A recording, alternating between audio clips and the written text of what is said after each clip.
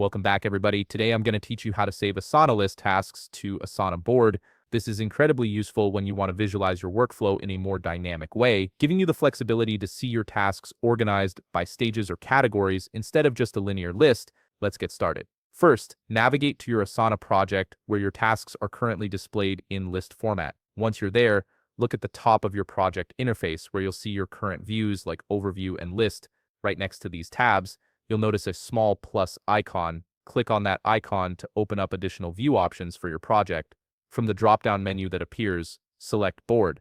This is the key step that transforms how you interact with your tasks. Asana will immediately begin generating the board view, and here's the beauty of it. Your existing tasks will automatically appear as cards.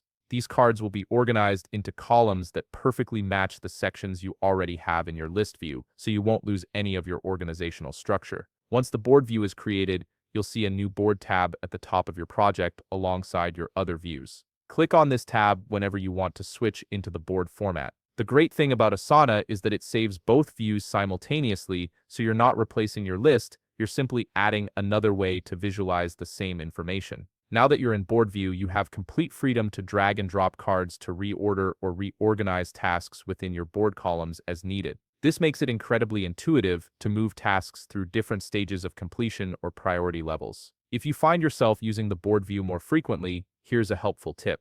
Right-click on the board tab and select Set as Default. This ensures that whenever you open this project, it will automatically display in board view rather than defaulting back to the list format. And don't worry about being locked into one view. To return to your list view at any time, simply click the List tab at the top. Both views remain accessible and stay synced with each other, so any changes you make in one will automatically reflect in the other. If you found this video helpful, please leave a like, subscribe, and see you in the next video.